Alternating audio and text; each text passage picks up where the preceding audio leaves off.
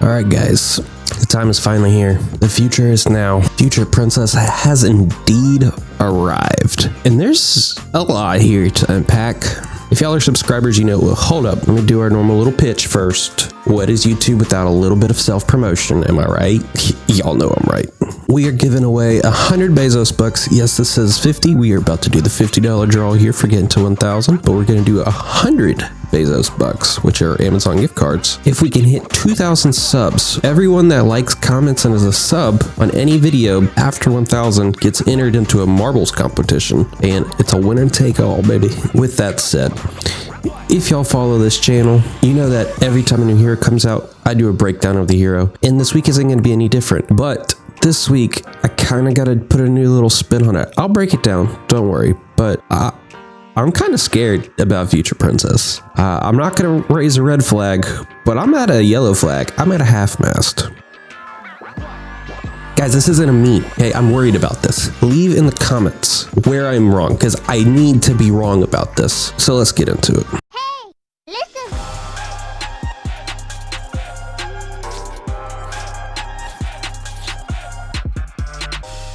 All right, here we see Future Princess. I haven't rolled for her yet. I obviously will be rolling for her, guys. If you need to know nothing else, just know that she's great. So let's break into her kit just a little bit here. She's a staff shield user. I need you to keep that in mind. She's a staff and shield user. The shield being incredibly important. Dimension control. Her normal attack is Dimension Breaker.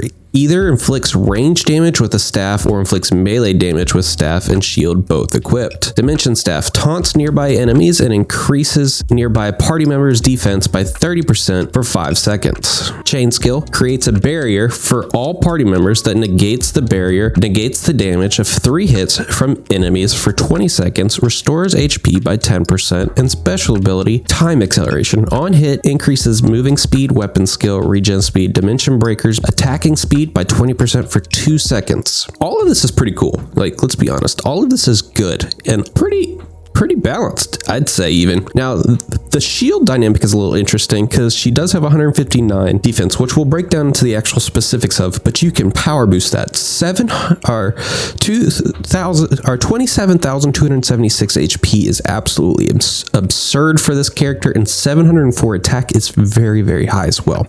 She has a taunt and increases party members' defense by 30% for 5 seconds, which is pretty awesome. You can run her in combination with Ogma and basically taunt the entire map, and if you run her in staff mode, you're also getting DPS out of her, so she's a pretty good hybrid character. And then her chain skill creates a barrier for all party members that negates the damage of 3 hits from enemies for 20 seconds and restores their HP by 10%. I don't really think I need to break into how ridiculous that is, especially into someone like Bari, when you can just negate something in Coliseum. That really makes her just obsolete, especially when we go into the future parts. Time Acceleration. On hit, increases moving speed, weapon skill, regen speed, Dimensions Breaker, attacking speed by 20% for 2 seconds. All good. Party HP plus 40% and skill attack plus 17% are her additional passives, guys. All in all, what you see right here would make her an A to an S tier character already. Maybe fringe top 10 candidate. I could definitely see her getting edged out by potentially Lupina, maybe even Bianca if you have her super scaled, or Vishvik. So maybe around like top 12, 13% right now. If you want to see my top 10 rankings, you can see it up top here. 11 through 20 are in the works. It takes me a little bit more time, but there's something that makes Future Princess a little ridiculous in my mind, and that's her exclusive weapon. When paired with her entire kit that gives you immunity for 3 hits, heal 10%, has both ranged and defensive, gives you a taunt. There is no reason, none, that every 13.5 seconds, which you can reduce by the way, creates a giant tempest of times and space, puts enemies in injured state. You instantaneously put them in injured state. No one else in the game does that. No one. And this is terrifying to me. Not only is this just a good light weapon in general, and just a good weapon. Like, even if they got rid of this would be a worthwhile weapon for on hit, inflicts 30% of DPS by 30% chance, restores all party members HP by 2%. That in itself, plus additional 20% HP and weapon skill, that in itself is worth it. Okay, guys, like that makes this character worth rolling rolling for this weapon. But when you throw in every 13.5 down to potentially like weapon skill 20%, 20%, I think you're getting down to closer to like 7 to 8 seconds if my quick math is right. You can instantaneously throw them in injured state and instantaneously do your chain skill, which gives you the ability to negate 3 hits and restore your HP by 10%. I do not understand how you beat this character. I don't. Right off the top of my head, I know there's going to be one out there, right? There has to be, but off the top of my head, I do not see the downsides in this character whatsoever. Before, you could break into this and see some downsides. You could say, okay, you have to do a mixture of staff, shield, accessory. The defense is already kind of low as it is. She kind of comes off as a bruiser type. But the second you throw in that guaranteed injured status plus restore and immunability for 3 hits, oh my gosh, guys, this champion is absurd. And I'm throwing up the yellow flag. I'm half masked on this because, let's be frank, this is the first true issuance of power creep we have seen in this game. Everything else that we thought was going to be power creep was kind of a meme, okay? Like, yeah, Nari is probably the best character that they've released post-launch, and Ogma, but neither of them do not have their counterplays. Neither of them are like absolutely ridiculous in themselves. They're probably really, really good characters, don't get me wrong, but you don't have to have them in the game. Future Princess feels like the first absolutely must-own champion. And guys, this is going into season 2. What's on the horizon? What is on the horizon?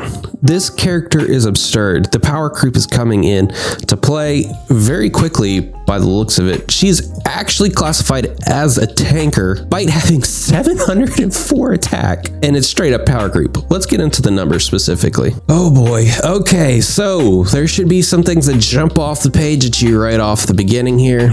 Future Princess has a 704 attack, which puts her in the top 12 for attack as a tank.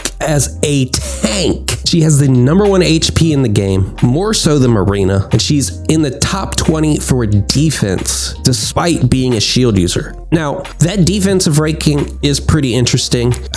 She is a tanker, but it is lower than people like Ogma. It is lower than people like Craig and Marina. But let's get into a straight breakdown, okay? But first, there's nothing really else to see here, right? So we have crit of 0, damage reduction of 16, and heal of 0. Nothing interesting there. When we break her down strictly here into Marina, let's zoom in a bit here. Strictly into Marina, let's look at this. So she's beating out Marina by 5 attacks. She's beating her out by 844 HP and losing 264 defense, which is easily, and I mean easily, made up through a shield. She is the better Marina with more utility. Not only is she giving shields, her shields literally negate all damage, she heals. Okay, and she instantly puts them in an injured status. Future Princess is absurd. And you want to know who who her skills actually mimic, despite being a shield user? Let's take a look at this.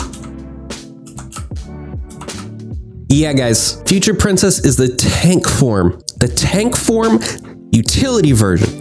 Tank form utility version of Piltfist with an additional 40 attack and 4,651 HP. She already base loses 4 defense, but she gets a freaking shield. This is not okay, guys. This is not okay. This is pure utter power creep. I'm raising the yellow flag. I am raising the yellow flag. Please send help. Soon we're breaking out the red flag. Oh my gosh. If this trend continues, guys, I am worried. But with that said, guys, go get Future Princess. If it's the only thing you ever spend on the game for right now, we know that this is, without a doubt, the best unit the game has to offer you. And she's absurd. And it is straight up power creep. Please, please, please, show me I'm wrong. I want to know I'm wrong, okay? This isn't a meme. Like, I want to know I'm wrong about this, okay? Tell me in the comments. Guys, this isn't a meme, okay? I'm worried about this. Leave in the comments where I'm wrong, because I need to be wrong about this.